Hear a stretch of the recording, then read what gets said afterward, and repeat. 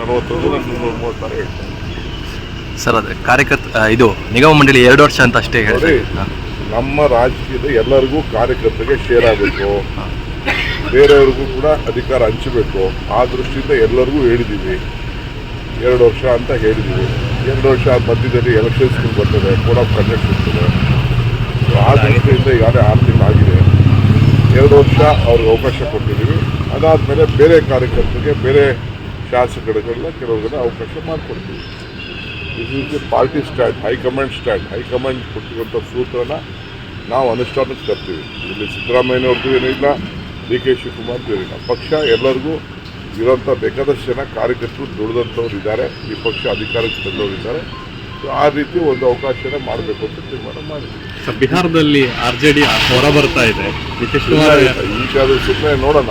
ನೀವು ನ್ಯೂಸ್ ಹೇಳ್ತಾ ಇದ್ರಿ, ಆದ್ಮೇಲೆ ಮಾತಾಡೋಣ. Okay sir, thank you. ನೀವು ಇನ್ನು ನಮ್ಮ ಚಾನಲ್ ಸಬ್ಸ್ಕ್ರೈಬ್ ಮಾಡಿಲ್ಲ ಅಂದ್ರೆ ಈಗಲೇ ಸಬ್ಸ್ಕ್ರೈಬ್ ಮಾಡಿ, ಶೇರ್ ಮಾಡಿ, ಲೈಕ್ ಮಾಡಿ.